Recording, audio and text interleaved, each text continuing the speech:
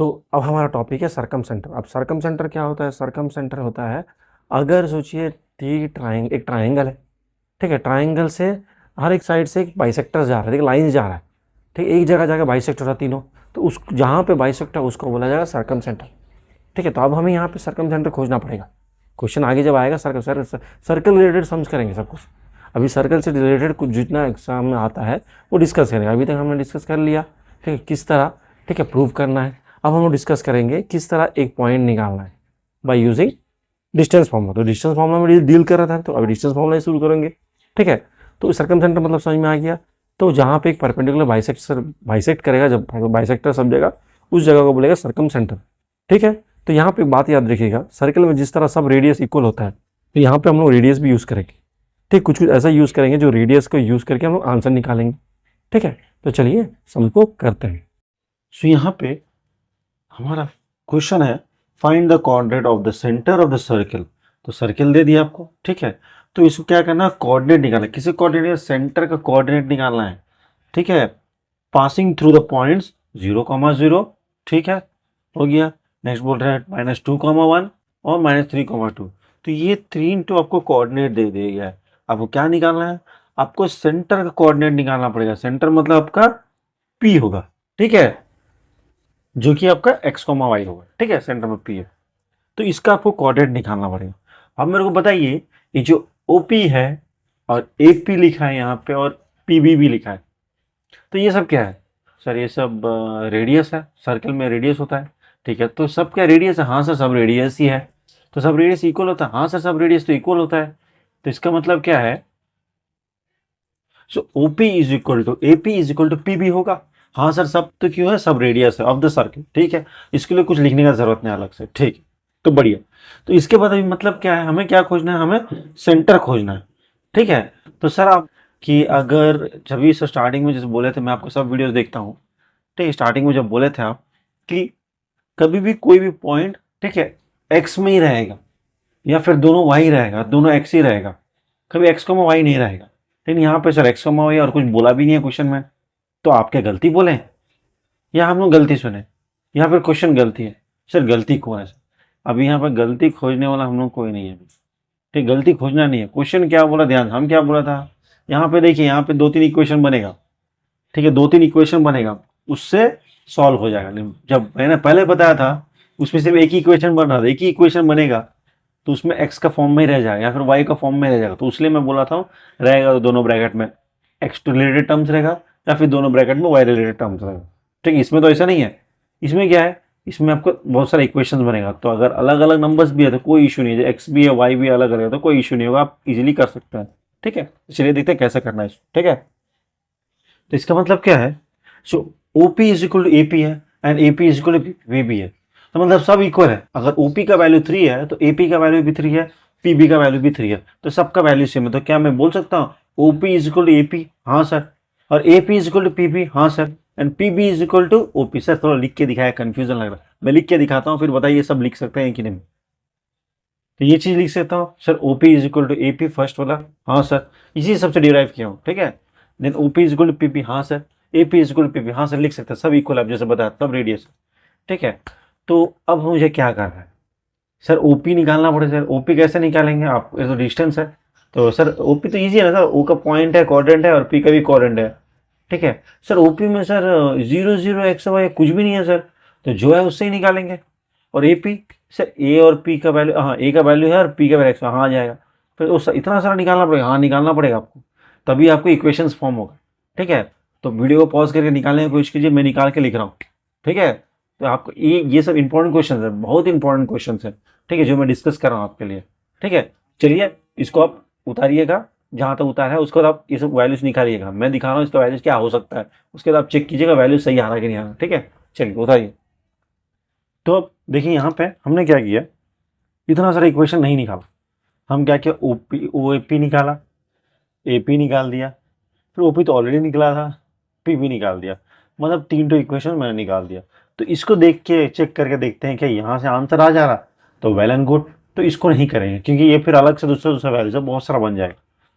तो हम अभी क्या किया, ऐसा वैल्यूज निकाल लिया। आप चेक कर लीजिए आपका वैल्यूज और मेरा वैल्यूज में कुछ डिफरेंस है क्या? नहीं है। तो उसके बाद हम लोग क्या करेंगे, इक्वेट करेंगे। मतलब क्या बोल रहा है, ओपी का वैल्यू इतना है और एपी का वैल्यू इतना है, ये दोनों इक्वल है इसके हिसाब से, तो this one equal to this one करना पड़ेगा।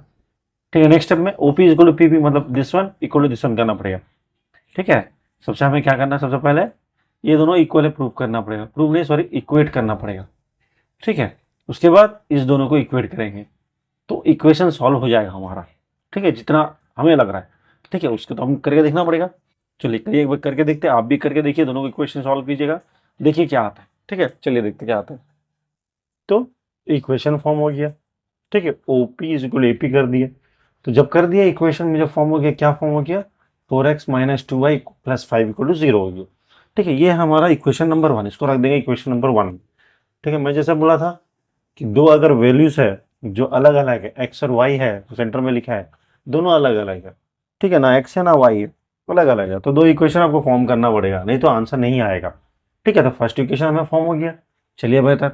अब दूसरा इक्वेशन के लिए हमें दौड़ना पड़ेगा। सर कैसे करेंगे, सर और एक बोला था OP is equal to PB बोला था, तो उसको सॉल्व कर लीजिए, उसमें से एक इक्वेशन आ जाएगा, देख लेते हैं चलिए।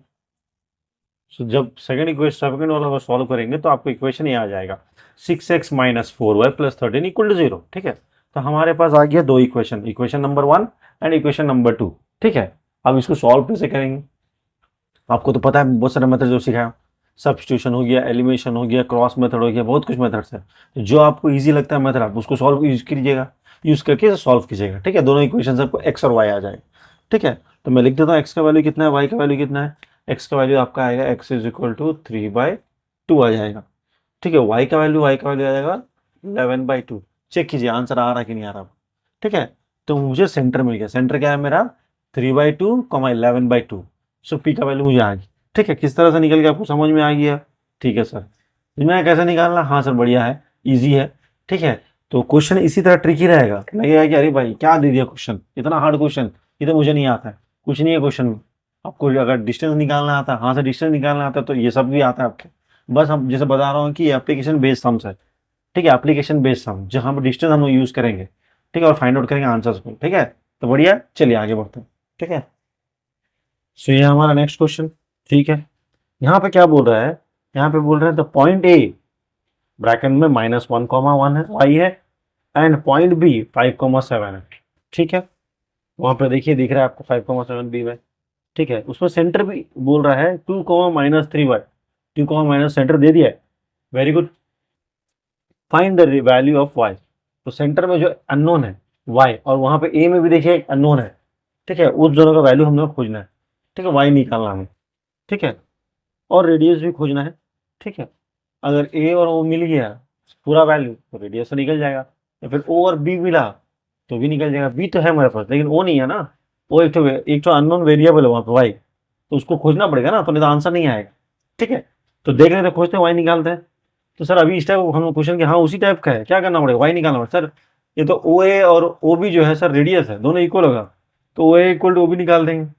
सर सब क्या वाई, हाँ सर यहाँ पे सर सब वाई में ही है, एक्स में कुछ नहीं, एक्स और वाई नहीं अलग अलग, वाई में ही है, तो एक क्वेश्चन आंसर आ जाएगा जैसा होता था। हाँ ये बड़ा इजी क्वेश्चन है। ठीक है, तो O A is equal to O B कर दीजिएगा। ठीक है, जो इक्वेशन फॉर्म होगा, ठीक है, उससे आपका वाई आ जाएगा। ठीक है, चलिए देख लेते हैं एक बार।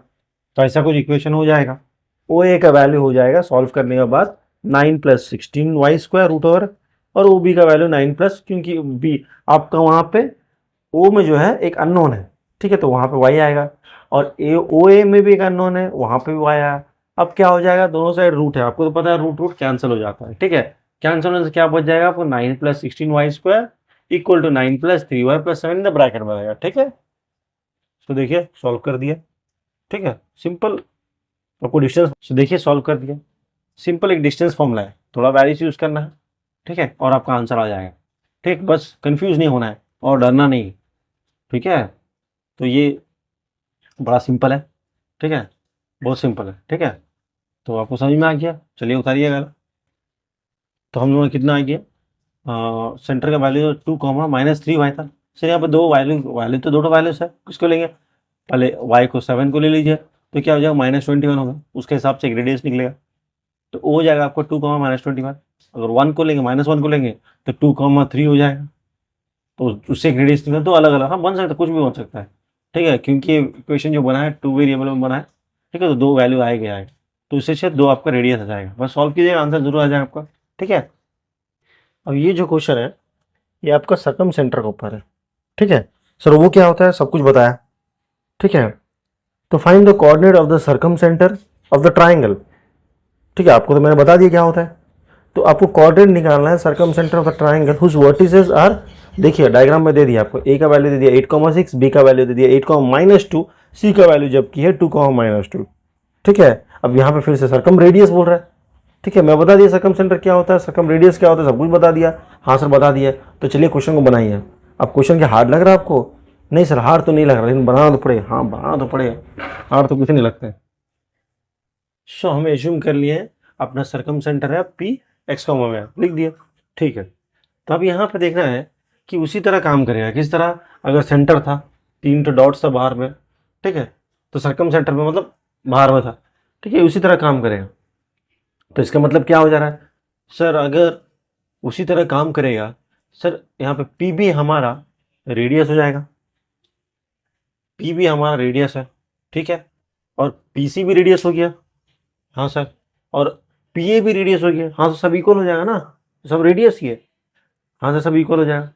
जब कि आपका p का वैल्यू x, y है, तो हमें तो समझ में आएगा क्या करना है। एक इक्वेशन में तो आएगा नहीं, 2 इक्वेशन बनाएंगे।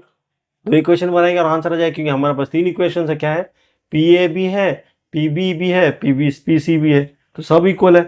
तो हम क्या करेंगे, P A is equal to P B कर देंगे, फिर P B is equal to P C करेंगे। सर वैसे क्यों? क्योंकि पी बी दोनों में कॉमन है, बार बार अलग अलग निकालना नहीं पड़ेगा, है ना। हम क्या करेंगे, पी ए हम कुछ ऐसा करेंगे। क्यों करेंगे? क्योंकि पी भी दोनों में कॉमन है, तो एक बार निकालने से हो गया। अगर P A equal to P C करें तो पी ए फिर से पी ए भी कहाँ, वैसे भी कर सकते हैं। तो P A equal to P B कर लीजिए, या फिर P C equal to P A कर लीजिए। तो कॉमन होना चाहिए, अनकॉमन मत करिएगा। ठीक है, जैसे इसमें दोनों में पी बी है तो एक बार निकालने चल जाएगा। तो ये सॉल्व करने से आपका आंसर आ जाएगा। ठीक है, मैं आपको आंसर्स बता देता हूँ, क्या आप सॉल्व करके देखिएगा। ठीक है, तो यहाँ पे एक्स का वैल्यू आएगा 5 आएगा और वाई का वैल्यू 2 आएगा।